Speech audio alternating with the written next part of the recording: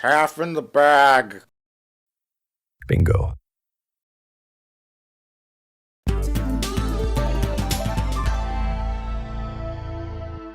Well, the first film that we selected is a classic.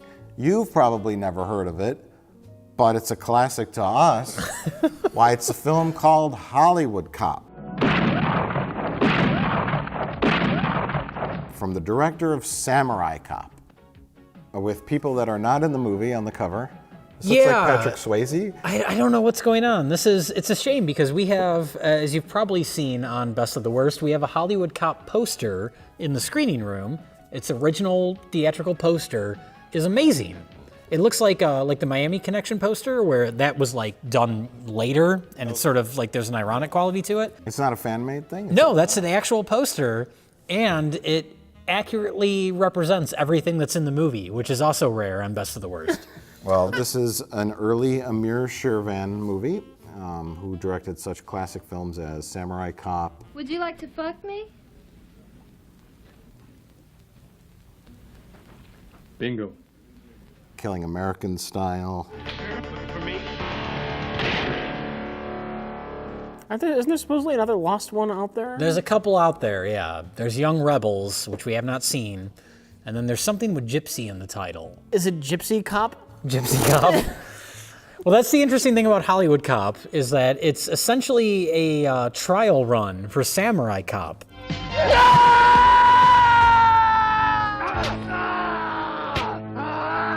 Yeah, it has all the same hallmarks. Amir Shervan is trying to perfect or recreate the buddy cop movie from the 80s, the Lethal Weapon formula. Which is funny because that already perfected it. Yeah. The weird thing is, he actually becomes more incompetent the longer his career went along. What's the timeline? What was first? Hollywood Cop, followed by Killing American Style, followed by Samurai Cop. And Samurai Cop is the worst one.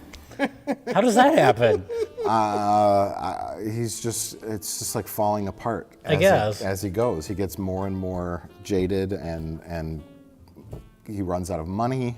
I think money's a big issue because Samurai Cop, you have shots that don't match, like the color temperature doesn't match. This movie, all the shots go together. And that's the only positive. Fuck that other kid! Fuck the goat!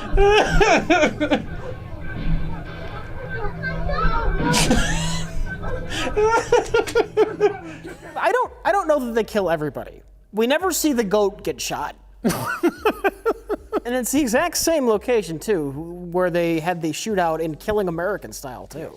Well, that's our theory, yeah. There's like horse stables and shit everywhere. It's gotta be the same location. Probably. It's gotta be. Now, our second favorite, there's a farmhouse and a barn and stables and all that. And Isn't that the same location that he did Killing American Style? It looks like. We think so.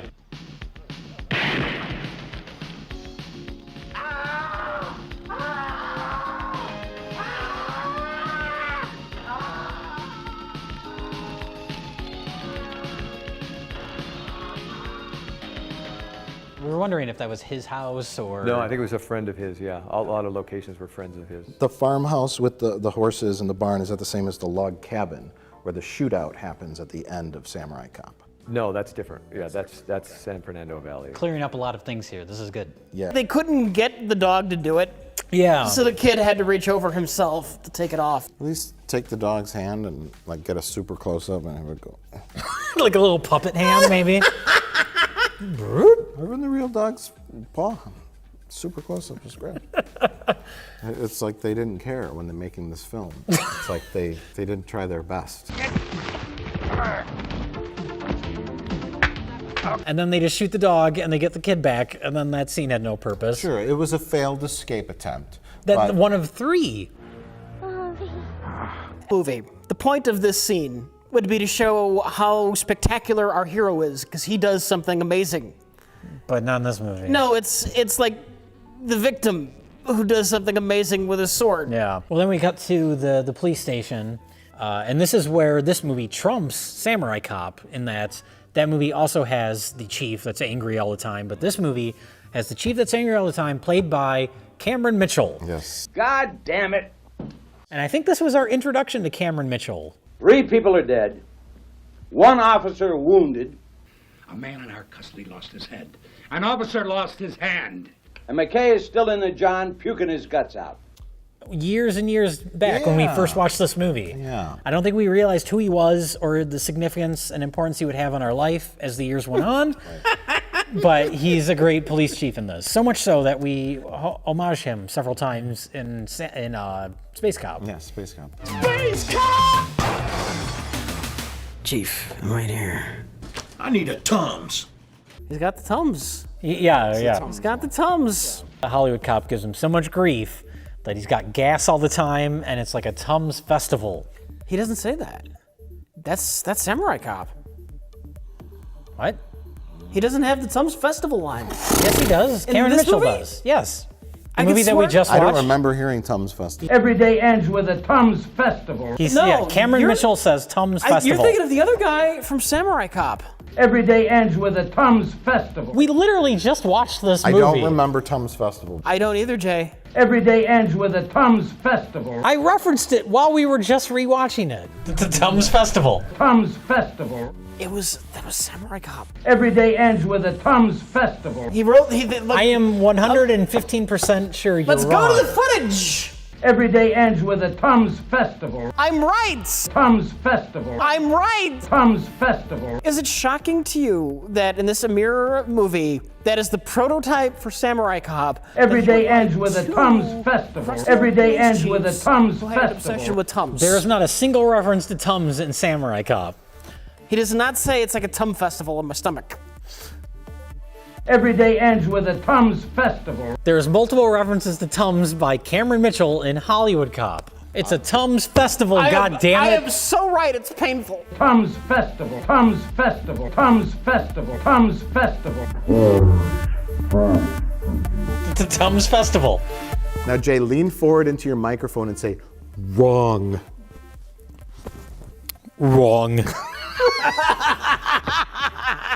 Through the dinner. You got any Tums? I need some goddamn Tums. Well, now, gentlemen, I think we both can move on from the Tums question. No! Now, I'd like to move on to the economy. Are you gonna help me? Thank you. Our first major sequence after Turk and Jaguar meet Mom. Well, we have to mention that we're not really introduced to Jaguar. Look, And- any other restaurant would have been too cheerful for a talk about your kidnapped son. It's true. You have to go to Arby's. And I don't know how Amir got access to an Arby's. Maybe he knew the manager, the owner. I think he worked there. Oh, he was the guy who ran the fryer. Yeah, he was the fry cook at Arby's. But he's getting all the mileage out of Arby's because he has them framed in the left side, and you can see the registers and Oh, people yeah, ordering. yeah. He's like, we're shooting in this Arby's. Maybe it's similar to Pepsi, because he constantly has Pepsi in the foreground of shots. So maybe Arby's will give me some money. Right. And I think he had the same thought about Pepsi. There's a lot of Pepsi in this film. The strangest one, you remember the Pepsi pyramid in Yes. the cat house? But who's going to buy a warm Pepsi from the Pepsi pyramid at the front counter? They're just for display. They have the cold ones in a Okay, fridge okay. under the counter. See, Jay does not know his Amir Shervan lore. No, he thinks the Tum Festival line was in this movie. Every day ends with a Tums Festival. We have a schematic of the cat house. There's a cutaway poster of the cat house. It's like in the Amir Shervan It's like one of those Star Trek technical manuals for Hollywood Cop. Yep, they have the bell there. And, yeah. Jesus! And that kid never walked again.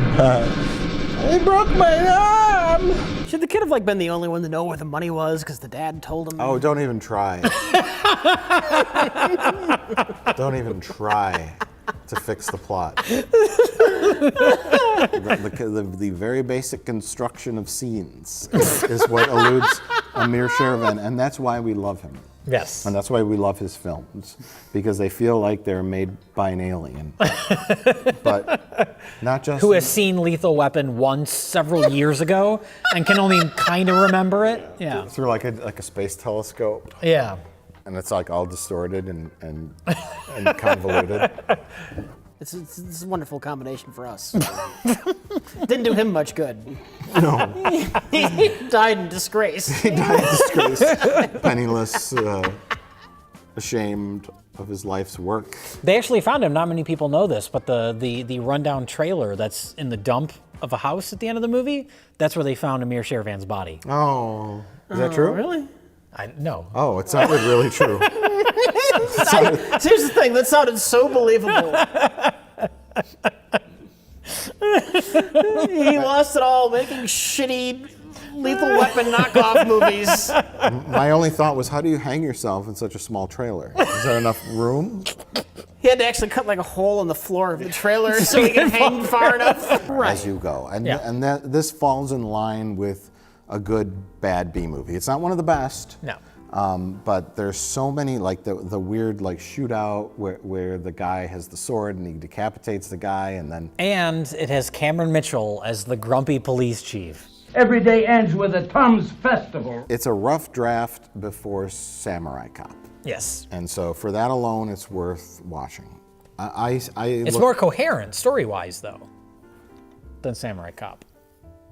Yes? Yes? Yes. It's hard to say. Although now in my brain, I see Samurai Cop on glorious Blu-ray. That's true. It's different now. And this is...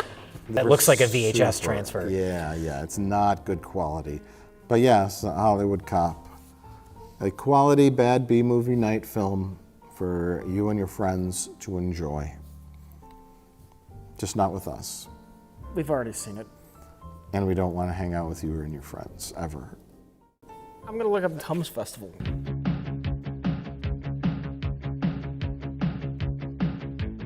Every day ends with a Tom's Festival. Every day ends with a Tom's Festival. Every day ends with a Tom's Festival. Every day ends with a Tom's Festival.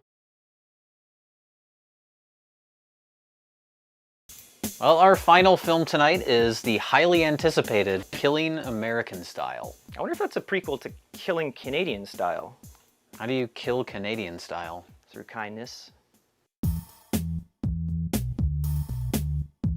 Actually, the reason we're excited about this film is that it's the long-lost film from the director of Hollywood Cop, Right. Samurai Cop. Oh, awesome. And now we have this, which I'm assuming was originally titled Killing American Style Cop.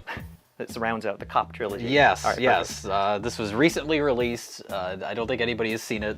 I don't even know if anybody saw it when it came out. Awesome. But there are all kinds of killings.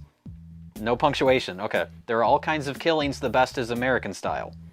Starring Jim Brown and Robert Z'Dar. Oh, sweet. And a guy that is not the Samurai Cop guy, but looks just like him. They're reusing his wig, I think. Andrew Martin from Facebook says, raping, robbing, kidnapping, killing. The action continues. Okay. I love that guy's reviews. Facebook. Andrew from Facebook. Oh, He's yeah, great. totally. Yeah. A gang of hot-headed brutes led by Tony Stone, Robert Z'Dar, a sexual sadist, John Lynch, himself? I don't think he wanted to be known as the sexual sadist. Is he a sexual sadist in real life? That's what they're implying, I think. Wow. And sexual sadist John Lynch, himself. Execute a robbery with some inside help. A bloody shootout with the LAPD ensues, and the criminals are apprehended. After a brief stint in the slammer, the gang escapes a prison bus with the help of Tony's brother Jesse, who is critically wounded in the process. He needs a doctor fast. A hospital visit too risky. They seek out other options. So is that the whole fucking plot? There's more. Oh my god. There's so much more. Now on the run, they commandeer a palatial residence taking hostages. All-American good guy John Morgan, some guy from Rambo 3, returns home. Returns home from where? Becoming a pawn. What the hell is happening in this movie? How does it end? Sent out to retrieve the doctor. Oh my god, I don't want to read this anymore. It's gonna spoil the movie. All too aware they will face systematic execution when his usefulness expires, Morgan's killer instinct takes over. He now must outwit and outgun the would-be thieves, American style. or his family may not live to see another day. I'm fucking exhausted. Oh my God almighty.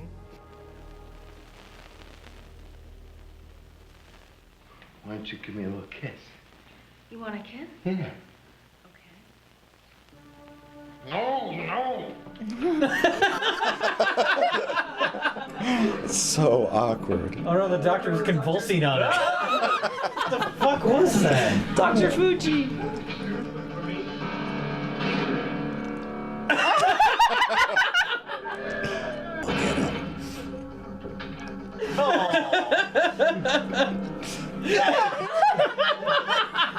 The mom's horrified to look at it.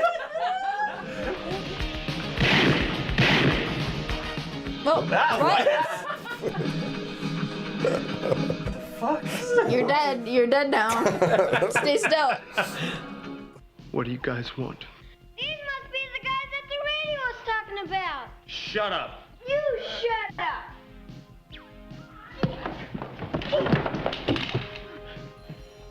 This is like watching something made on another planet.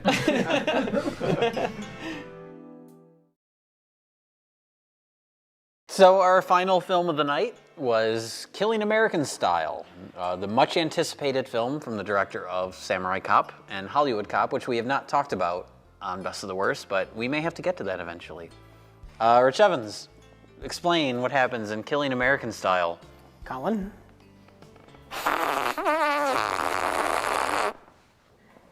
There you go. Wait, what was that?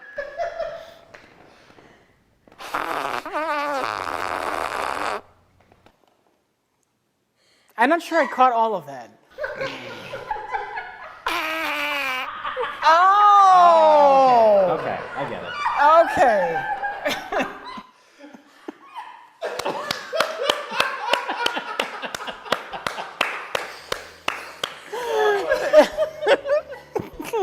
It's hard to describe the plot because it takes a while to get to something resembling a plot. The movie starts off with Robert Zadar.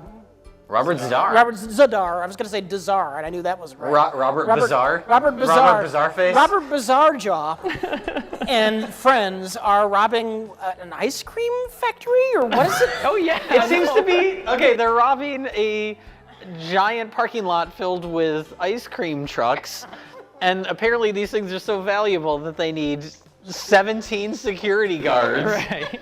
Can you tell us about the ice cream truck storage? I don't know. What was that? Where was that? Oh, yeah, I did see that. There's in that 38 one. ice cream trucks, and then that's Not also. in Samurai Cop. And that was where the I big. figured you might know. Because I did see the movie. That was where the big robbery took place. This dumpy. There's a I bag didn't of know cash ice cream in a- companies raked in that kind of dough. They have giant bags of cash in drawers. Drop your guns and come out here with your hands up, or I'll kill your men one by one. You will be blasted by 10 guards. Were any of these shots filmed on the same day? Yeah, nothing matches. We're filmed on the same planet. Where is that guy? That looked like an industrial film from the 50s. It was all bleached out. What is this place? So they rob the ice cream truck place and take their giant bag of money. The money was just in a Just in a sack. Exactly. in a sack in With a dollar sign out. Just in an open drawer. Good work, guys. And they take that money, and then they get caught right away. Because one of the security guards is in on it, and they catch him, and he sells out. Sign it. It's a legal pad. And they used that same scene and that same office in Killing American Style. Joe Brown Oh, Joe Brown, yeah. Yeah, that's his police station. That same. It's just a reverse angle. So Okay. that's the same. And so Amir had a knack for just using same locations. But wait, that place was an ice cream truck storage facility. No, not that place. Oh. No, when Joe Brown's office when is you see the, him, yeah, police and he officer. gets a call and he's Yeah, like, yeah. "All right, I'll handle this for you." But that's the same thing. Amir's point of view was this way, and then Killing Amir was over that.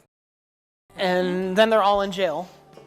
No. Well, they're not in jail quite yet. They're on the bus that's headed to jail. On a very When- backcountry road or something like that. When a transvestite and a retarded man hijack the prison bus and free Robert Bizarrejaw. Please help me. Please, mister. Please help me. Oh, Help me, I think my legs are broken. Oh my God! Oh my God! Please help me! How long is this gonna go on for? Please, my daddy's in here. Thank you. There's a guy. Ball back up. No. Well, then I think it just gets really sketchy and weird. Like, where did the plot go? Why is this happening? Why is this happening? And I think there's 50 minutes of that. But then, Hi, sexy auntie. Aren't you going to your ew, he's called her sexy auntie. Yeah. Yeah. You're always waiting for your dad. We sort of meet this character and his kid. And there's no way you'd think he's our protagonist because he looks like the world's biggest douchebag. Yeah. This perm and this ponytail, and he's fucking wearing pink overalls. What is he wearing? Overalls. A jumper. It's a jumper. It's a onesie. There's no obvious protagonist. It's supposed to be pink overalls. Pink overall, He's the yeah. protagonist, I guess. Moveralls. He's the kind of guy you would cast as the spoiled, arrogant, rich love interest rival to the main hero character. You know, that's not what this guy looks like. Oh my God, what's he wearing? The analogy I created for this film I thought of it as seeing into the future that you're going to be with someone in a relationship for 11 months and you're stuck in the relationship and you're really unattracted to that person, but you're just going to have to sit there and deal with it. Friends of the family make you nervous?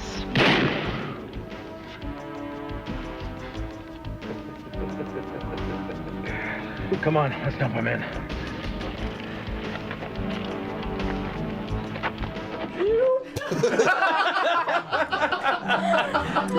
Oh wait, did we talk about the Robert Zadar sex scene? Do we have to talk about the Robert Zadar sex scene? Nope. Oh, no. I don't ever need to see Robert Zadar thrusting. That's different than the scene with the two people that have never kissed another human being in their lives, right? Oh, that's the sexual sadist. That's the sexual sadist. He's never been in contact with a woman, and that woman has never been in contact with a man, and they're trying to discover it together. Like, what are you doing? Oh, that was horrible. Who directed this film? The guy who made Samurai Cop? Almost every single character in this film seems like they've never had an interaction with another human being before. Yeah. Until this movie. Yeah. And then their dialogue goes back and forth, and it's just like, ew. All right, ladies, let's not waste a lot of time.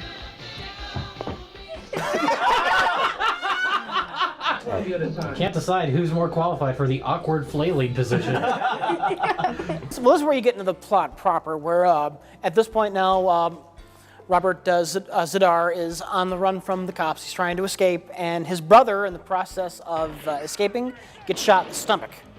So they go into our protagonist's home, and they kind of like kidnap his family, and which is a farm. Which is they go to his farm mansion.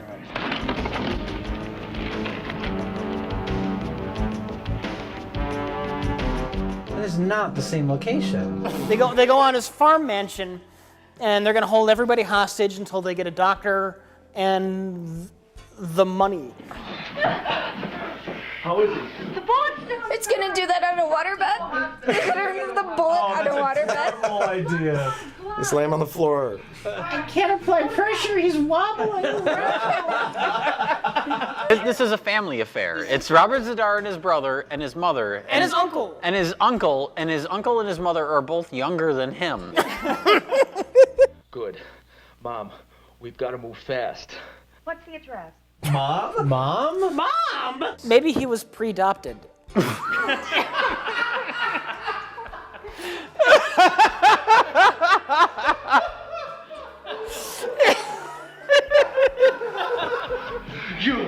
You! I want a doctor. I want one now, and you're gonna give me one. I know one. They call up the gay waiter from Samurai Cop. Dr. Fuji. Dr. Fujiyama. They call him up to fix his brother? Yeah. They don't even call him up. They send the protagonist out to get him. Oh, yeah. And then bring him back. Now move! Before your head goes flying off your neck. Why aren't they calling the doctor? I don't understand exactly. Why is this guy letting him leave the house? They don't have any, none of the other thugs are like holding him at gunpoint. They just say, go get a doctor. And so he just drives and gets a doctor and then drives the doctor back to the house. Now, to be fair, if he doesn't, they'll kill his family, but what's to stop him from calling a cop on the way? Yeah. In fact, they drive by police, and for no reason that we can discern, the police start chasing them. Yeah.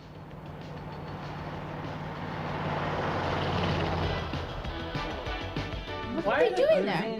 What is happening? I don't. This is the police. Pull the man over. Come on, the goddamn man. Pull the goddamn man.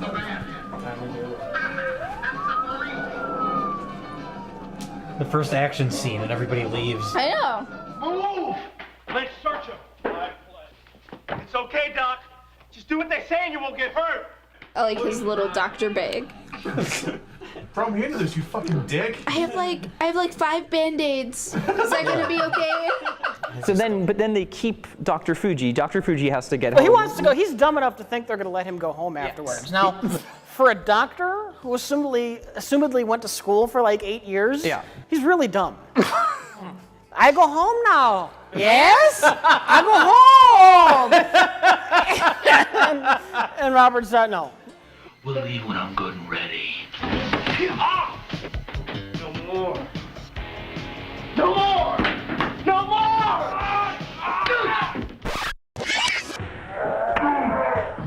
Doctor, he's bleeding!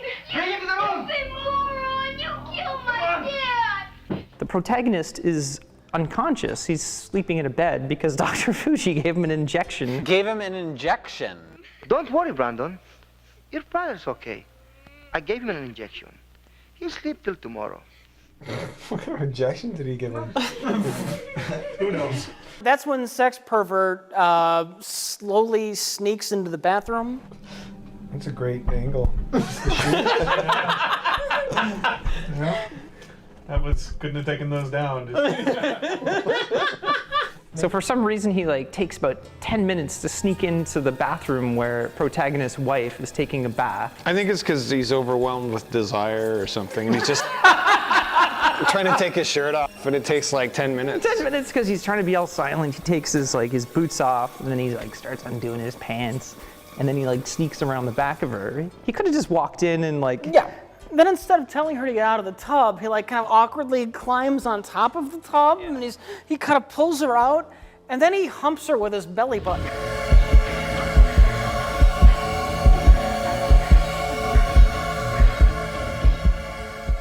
Well, that happened. Okay.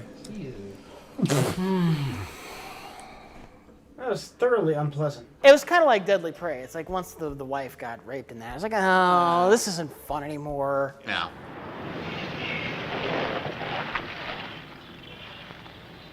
Let's just shoot here. Why aren't they in an official police car? What was that? And so what the fuck happens at this point after that? I don't even remember. That's when they send the dad out unescorted again. on another errand. He's got to meet the mother at a hotel room to pick up the money. This was the most confusing thing. I don't know what happened in this part of the movie. And the key, please. Is that the cop guy? Yeah. How do they know they're there? Hey, who cares? I can't follow what's happening. They know about the hotel meeting for money. How? I don't know. I don't care. They just do. And we have to deal with that fact.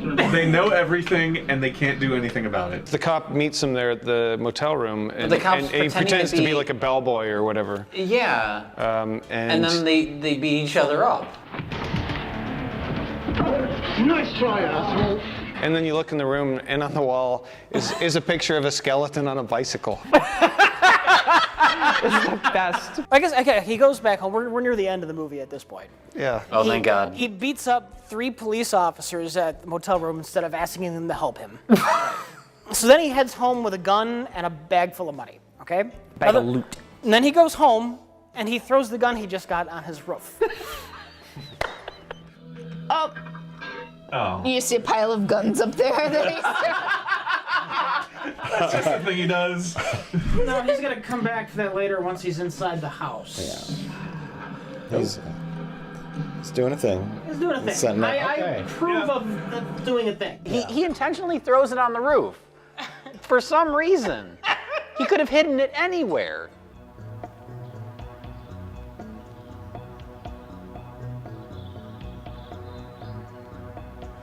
Dad, I can't reach it. Why'd you throw it on the roof? This is when the car of more henchmen shows up for absolutely no reason. Because they want to have more people for our main character to shoot and kill. Doc, you go to the window. I'll kill him. American style.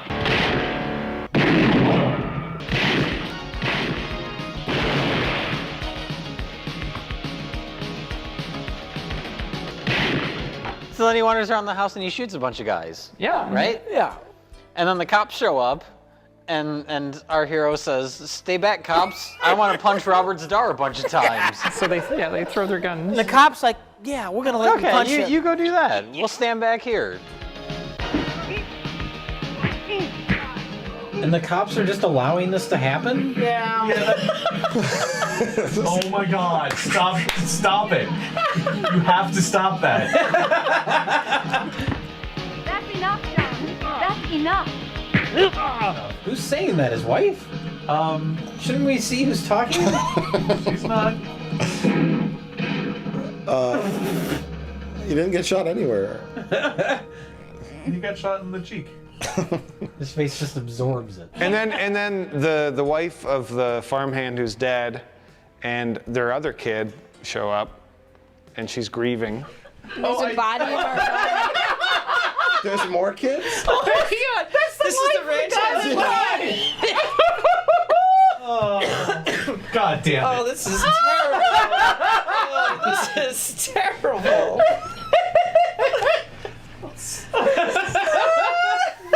So much trauma. Fucking hell. And they're all just like, fuck, our husband's dead. And then our main character's wife comes in, she's like, fuck, I got raped. And everyone's just miserable. And that's the end of the movie. It was a stomach-turning movie.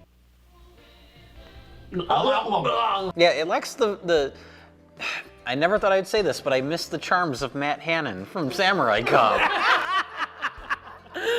Oh, or the sidekick even. Or yeah, there's not a lot of fun in this movie. No. I mean, there were parts that we laughed at, of course, but it's more painful. Like it's more miserable to watch. Yeah. It's depressing. Yeah, you talk about Samurai Cop and you're like, oh, there's that scene with the nurse. There's all these scenes that are fun to talk about. In this movie, it's just like, oh, do you remember that part when the wife got raped? And you just feel like shit. Do you remember that part with the grieving widow? Yeah.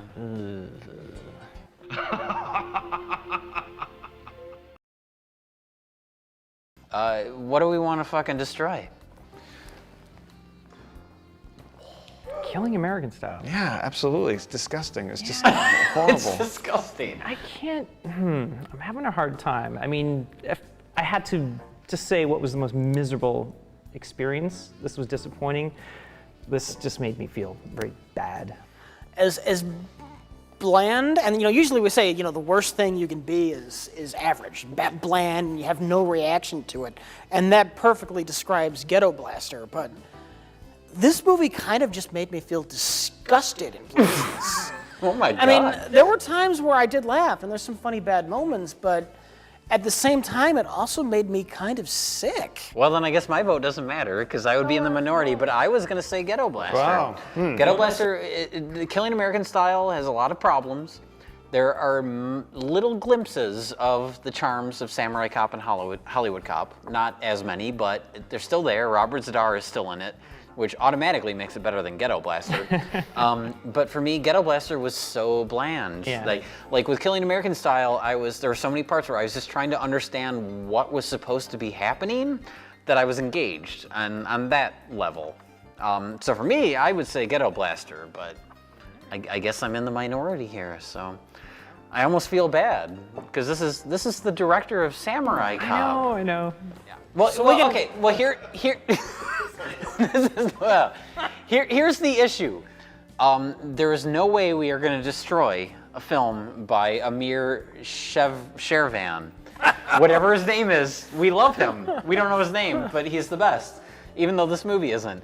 But we want to destroy something just because that's fun, right? Yes. So, Canadian friends, would you be okay with us destroying Ghetto Blaster just for the fuck of it? Yeah, for sure. Yeah. All right. All right. So would you say this is Amir Shervan's Last Temptation of Christ? I don't understand what that means. I know that movie, but that's a good movie. It was controversial, and people hated it because it made them sick, the content. Saying bad things, but whatever. Did it have a man with a perm mullet in it? Did Jesus have a perm mullet in Last Temptation of Christ? Almost. Rich, can you just think about the fact that you just compared Killing American Style to The Last Temptation of Christ? Just think about that.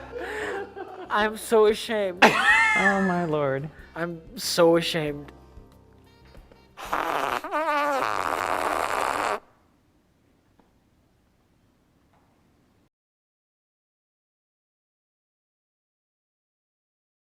Hey, have you seen Samurai Cop?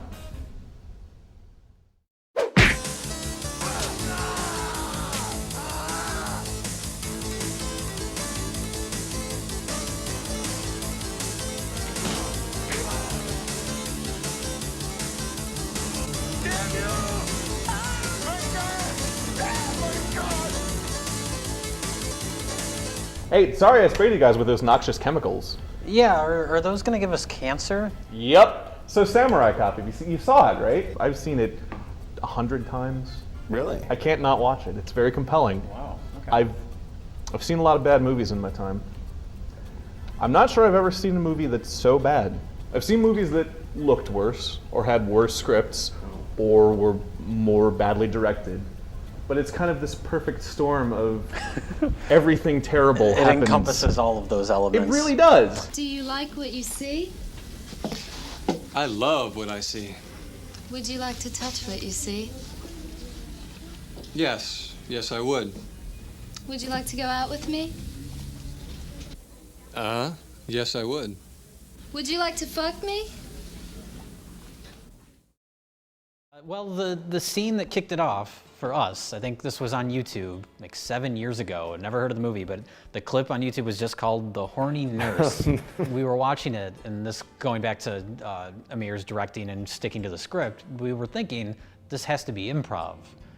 Was that all lines that were written down? Have you been circumcised? Yeah, I have. Why? Well, your doctor must have cut a big portion of it off. No, he was a good doctor. Good doctors make mistakes too. That's why they buy insurance. Yeah, and I've talked it. I remember Amir had me come to his office to audition that same girl for that part, and he goes, "Go in the other room." So we went in the other room, and we're running the lines, and then he says, "Well, let me see what you have." And she actually came over and grabbed my bingo. You know, and I was like, "Oh!" And I went back to Amir and I said, "She's perfect. Hire her." You know. But I kept telling, I go, this is kind of stupid. And my whole thing was, because I was being a thespian, was, why is this guy flirting and screwing the helicopter, you know, Melissa, if he's really in love with Jennifer, and now he's flirting with this nurse, and he goes, "Oh, this is good, this is funny." And it was written exactly the way he had it. It was, and she and I just sat there and gave the lines exactly as it was written. It's like if you took 10 years worth of outtakes of like a terrible syndicated cop show. And you know, it's just all the stupid things like, you know, they're just randomly swearing or just the timing's all off and like, oh boy, this will never fly on UPN. And then you made a movie out of it. And There's a great scene in the movie where there's a van chase and then eventually a guy runs out of the van on fire. Yes. And on camera, you and Mark Fraser put the guy out. Were you nervous about having that kind of responsibility put on you? Well, again, it was, we had gone into so much guerrilla film making with Amir. That day when he called us to go up, we had no idea that's what we were shooting. So we get there and I see this guy just slathering on all this fire retardant gel all over himself, and Mark and I are going, is he gonna And Amir's like, he will light himself on fire, and then you guys will put him out. And we're like, all right. And I'm looking around for fire department, you know, because we're, like I said, we're in the middle of the wilderness there. And Yeah. And so he just goes, there's a fire extinguisher in the car. It was about this big. So within seconds, the guy just poof, lights himself up, and Mark and I run out. And because you'll see in the take, I actually cover him with a blanket. And I think he cut it, but when I lift it up, he's still completely on fire. Oh, geez. So we're like going, and we're hitting him again with, and he just acted like it was no big deal. It was just another day that he had. Well, you see him on camera as you're running up to him. He looks around. Oh, yeah, I mean, are we again, done with this yet? Yeah, Is he's someone like, gonna put is me that out? good enough? But it was kind of like, wow. You had 1 day of reshoots so you could get your actor to take his pants off as much as possible. Man, that guy's just pantsless.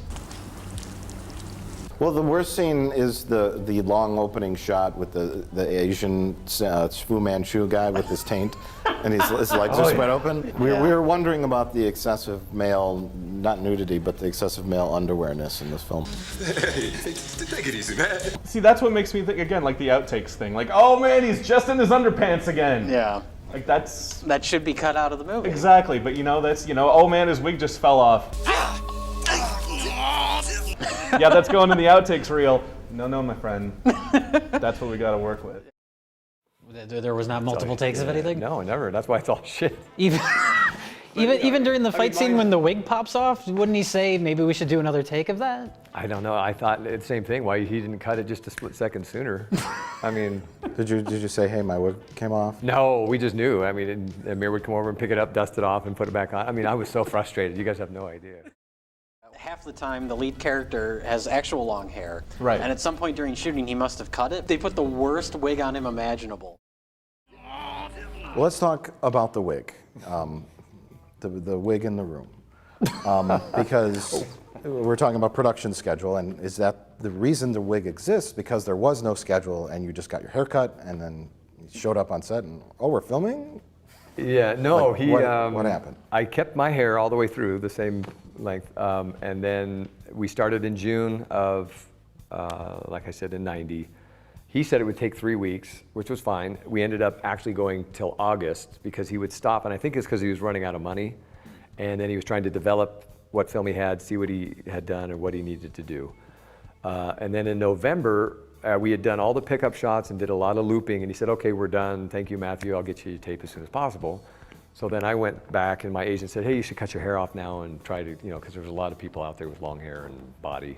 So I cut it really short, and then 3 months later, he calls like in end of December, hey, I need you to come by the office. And I thought, oh, good, he's going to give me the tape. I walk in, and he just flips out. What have you done? I said, what do you mean? You fucked up my film. Where's your hair? I go, what are you talking about? We're done. No, I have more to do. I said, you told me you were done. So we literally jumped in his car and went to Hollywood, and he got the wig.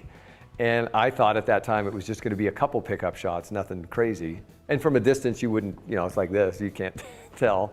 But it just drew on and on for, you know, another 4 weeks, and close-ups, and that's why you see me. I'm just pissed. Because I tried to be really polite during the initial production and just say, all right, I'm not going to. This is stupid, but I'm just going to keep going along with it.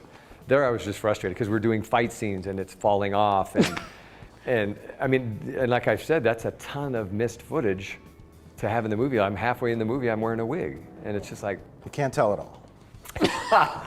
Was there only one wig? Because it seems like it changes. It gets bigger and bigger. No, that's it. It was either like my hair here, humidity, it'll either shrink up or, but there was no hairdresser on set. Amir would try to just brush it or comb it, and he'd smash it on me, and I would just be sitting there like in my one monologue, you just see me dead eyes. I'm just like giving this, I'm telling you motherfuckers, if you don't, then I'll, you know, I'm just thinking I'm gonna do this so horribly so he won't use it.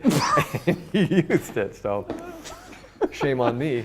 I feel like somebody stuck a big club up my ass. The interesting thing about this for me, and perhaps for just general B-movie fans, is that you've got a lot of essentially what are celebrities. You've got Robert Zadar for the chin, you've got Melissa Moore for the boobs, and you've got Gerald Okamura for needing more pants too.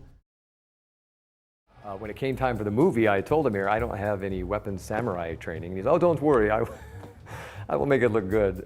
So we literally, with Gerald was the one that choreographed most of our fight scenes. Some of the guys that I do fight scenes with, up in that nightclub, whoever was there that was trained in, we would just come up with something really quick. It was literally 15, 20 minutes rehearsal and put it up there. That's why it looks So fantastic. But yeah, the samurai thing, I had a problem with that just because I thought it was stupid the way that Amir was shooting it with the swords clanking. And poor Gerald Nakamura was just over there going, you know, he's an Aikido master. And you've got these people that you actually recognize, and you wonder why. How did they end up in this movie? They had enough money to hire these people. Yeah. They didn't spend any money on anything else, really. They clearly didn't spend it on the effects. Well, they bought a bunch of fireworks that they shot at the cars. Yeah. They would attach to cars. So let's talk about the gay waiter. Okay. That's another scene. If we were to talk about one scene that someone should watch. You're assuming he's gay by his manners and inflections. Yes. Because you're a homophobe or a waiter-phobe. Where's her father? Bang! Killed? Who shot him? He. Who? Him. Who's him? Himself. Oh, he committed suicide. Yes! By the way, what's an all-American girl like you doing with a geek like this?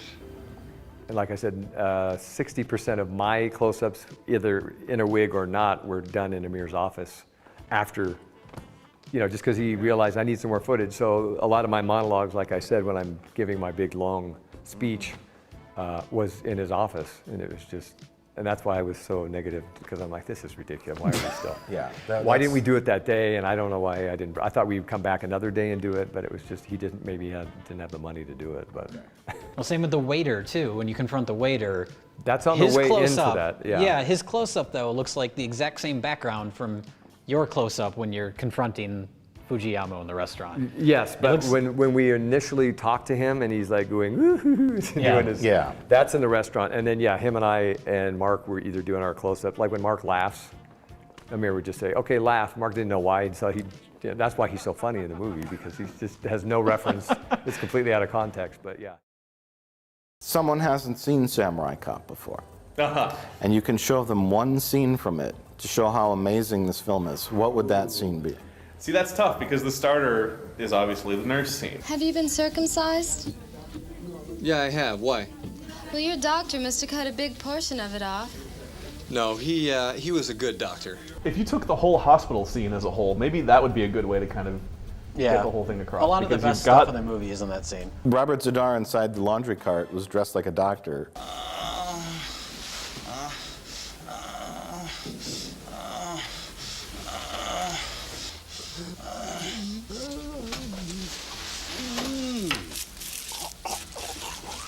Well, and then the security guard shows up and sees the remaining body, the guy that got his head cut off, and he yells, "Call security!" Call security! You are security. You're security. Sir. And the room right next to that hospital room is a dentist office in the hospital. Oh, that's right. And that was a weird location, because that day we had just popped into it was a urgent care facility that Amir had BS'd his way into. But yeah, and the dentist, that's why that dentist in the background is there. We were curious it about explains that. kind of, and then the baby blue room. But yeah, we shot all that there, but it was verbatim. It was just so dumb. Did he ever give any sort of direction? Like, say it more like this? No. Well, sometimes with me, he would either have me talk lower or louder if he didn't have body mics. But in that scene, I think we still had some money, and there was a guy there. You and I got nothing to do. Let's fuck. Shut up. So if you want to see Samurai Cop for yourself, and you should, there's going to be a screening of it Saturday, April 16th at the No Brand Con, which we're going to be at in Eau Claire, Wisconsin. And we're going to be talking about the film. We're going to screen it. So that's... I heard about karaoke. Was there karaoke? There's karaoke there. At the No Brand Con? At the No Brand Con. There's karaoke? It's on the schedule. Wow. And it's in a room. This convention has everything. There's going to be a lot of things going on. We can't guarantee we'll do any karaoke, but I may bring my risk board, though. Oh. My 8-foot-long risk board and play some got risks. real. There's tabletop gaming, 24-hour tabletop gaming. Magic cards and things like that, I would We're assume. talking about paradise here. Yeah. But don't forget to stop for an hour and a half to see Samurai Cop. Right, right.